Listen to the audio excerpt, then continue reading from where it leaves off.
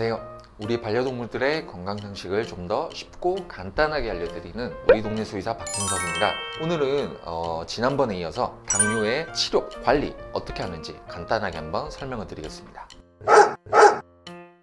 자, 제가 지난 시간에 그 당뇨의 정의, 그 다음에 증상, 진단, 요거에 대해서 한번 설명을 드렸다면 이번에는 이제 당뇨를 어떻게 치료하고 어떻게 관리하는지에 대해서 설명을 드릴게요. 우리 그 강아지 친구 혹은 고양이 친구들이 이런 이제 고열량의 사료, 리커버리는 이제 주로 회복식이라고 해서 좀 아팠을 때 그냥 잠시 먹는 그런 용도로 쓰는 건데, 이런 것들을 많이 먹었거나 아니면 간식, 사람 먹는 음식 이런 것들 고열량을 많이 먹다 보니까 에너지를 흡수를 하기 위해서 췌장이 무리하게 일을 했고 당뇨가 발생을 했다 라는 가정하에 얘네들을 어떻게 치료를 할 거냐에 대해서 설명을 드릴 건데, 이 치료가 예전에는 혈당 강아지라고 해서 먹는 약들을 썼어요 실제로. 근데 쓰다 보니까 이게 효과가 별로 없는 거예요. 그래서 최근에는 주사제로 다 넘어갔습니다. 지금은 당뇨가 걸렸다 그러면 전부 다 주사 치료예요. 그 주사제에 있어서 옛날에는 MPH 라는 주사제가 있었고, 그 다음에 콜라진, 최근에는 이제 그 케니슐린, 베슐린 이런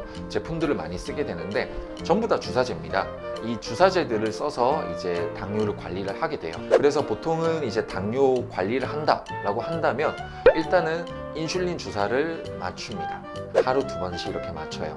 근데 이 인슐린 주사제가 아까 제가 말씀드린 그 3가지 MPH, 글라진, 케니슐린 중에서 케니슐린 빼고 나머지 2가지는 사람한테 쓰는 재조합된 인슐린입니다. 그래서 강아지나 고양이한테는 그렇게까지 이제 최적화된 인슐린은 사실 아니에요. 케니슐린이 더 좋은데 이 케니슐린이 안 맞는 애들도 있고 케니슐린이 잘 맞는 애들도 있어요. 그래서 인슐린을 선택함에 있어서는 이 친구가 어떤 인슐린이 맞느냐를 테스트를 해보고 결정을 합니다. 신이 아닌 이상 하나씩 사용을 하면서 봐야 됩니다. 아까 말씀드린 이제 MPH 같은 경우에는 최근에는 좀 약간 안 쓰는 경향이 좀 되게 강해요. 그래서 제조합 이제 인슐린인데 요거는 써보면 실제로 당이 많이 튀는 경우들이 많아서 저희도 이제 좀 안 쓰는 경향이 있고, 2번째 글라진, 란투스라고 하죠. 좀 유명한 이제 인슐린인데 본래는 이제 좀 길게 작용하는 이제 인슐린인데 실제로 써보면 하루 2번은 맞춰야 되는 그런 인슐린입니다. 강아지한테서도 많이 쓰고 고양이한테도 많이 쓰는 그런 인슐린. 3번째 케니슐린은 최근에 이제 우리나라에서 이제 각광받는 이제 그런 인슐린인데 베슐린이라고도 하고 케니슐린이라고도 해요. 근데 이제 작용 시간은 실제로 써보면 글라진보다는 조금 떨어집니다. 근데 이 케니슐린이 잘 맞는 애도 있고 글라진이 잘 맞는 애도 있고 선택을 한번 해봐야 돼요. 4번째로 이제 또 다른 인슐린에 뭐 디톨미어라고 하는 것도 있는데 요거는 좀 많이 길어요. 작용 시간이 많이 깁니다. 그래서 앞에 이 2가지 글라진, 케니슐린 요게 효과가 좀 떨어지는 것 같다, 안 듣는 것 같다라고 하면은 보통 사용하는 그런 인슐린, 디톨미어라고 생각을 하시면 돼요. 그래서 이렇게 인슐린을 맞추면서 치료를 하는데 이제 관리도 중요하죠. 관리. 당뇨를 관리함에 있어서 2가지가 제일 중요해요. 첫 번째는 먹는 양을 조절해야 됩니다. 예를 들면 이 친구가 3kg라고 했을 때 이 친구가 하루 먹어야 되는 열량이 있죠. 그거를 당뇨 이전에는 전혀 관리를 안 하고 아무렇게나 먹었어요. 하지만 당뇨가 있다는 걸 확인을 했기 때문에 이 친구는 정해진 열량대로 먹어야 됩니다. 그 열량이 들어갔을 때 그 열량을 잡아줄 수 있는 외부 인슐린을 줘야 되겠죠. 그래서 주사를 맞춥니다. 그리고 이 당뇨 환자를 이제 보호자분이 관리를 하실 때 정해진 양의 밥을 먹이고 밥을 먹은 걸 확인하고 30분 뒤에 주사를 놓고 그 2가지를 하고 난 다음에 이 친구가 주사 맞고 1~2시간 뒤에 운동을 하는 것도 해주시는 게 좋아요. 왜냐?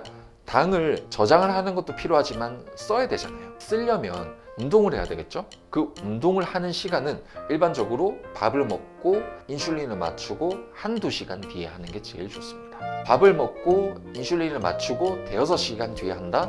그러면 당이 제일 낮을 시간이니까 그 시간에 운동하면 얘 저혈당으로 쓰러질 수 있어요. 조심해야 돼요. 그리고 이 당뇨를 관리함에 있어서 강아지와 고양이는 관리법이 조금 다른 점이 있는데 고양이 당뇨가 조금 더 관리하기 어렵습니다. 왜냐하면 강아지는 밥을 주면 다 먹어요. 그래서 밥그릇에 밥을 준다?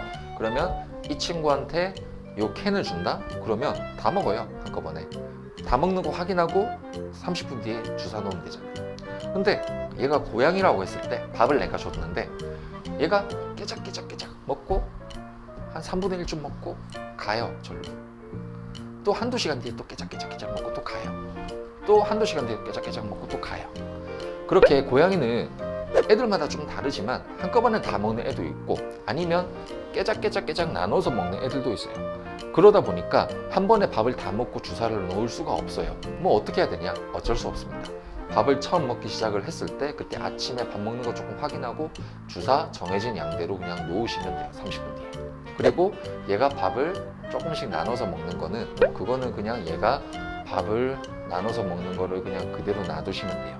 그거를 억지로 밥을 한꺼번에 다 먹어야지, 다 먹는 거 확인하고 주사 놔야지, 그렇게까지 하실 필요는 없어요. 어차피 인슐린은 12시간 동안 오랜 시간 동안 지속을 하니 그 시간 안에 얘가 이 밥을 다 먹기만 하면 돼요. 그리고 저녁에도 마찬가지로 얘가 밥을 다 먹은 밥그릇이 비어있는 거를 확인을 했을 때 다시 밥을 넣어주고 밥을 먹기 시작하는 거를 봤을 때 주사를 놓아주시면 됩니다. 근데 조심해야 되는 거는 이 친구가 밥을 나눠서 먹는데 저녁에 왔더니 밥이 반쯤 남아있더라? 그러면 인슐린을 저녁에 맞추는 거는 줄이셔야 됩니다. 밥을 다 비웠을 때 내가 정해놓은, 내가 계산해놓은 양을 다 비웠을 때 저녁에도 똑같은 양의 인슐린을 맞추시는 거예요. 자, 이외에도 당뇨를 이제 관리함에 있어서는 더 많은 이야기들 할 것들도 많고 더 이제 보호자분들이 이제 지켜보고 관리할 것들도 굉장히 많은데 이거를 이 짧은 영상에 모두 다 담기는 좀 힘든 것 같아요. 그래서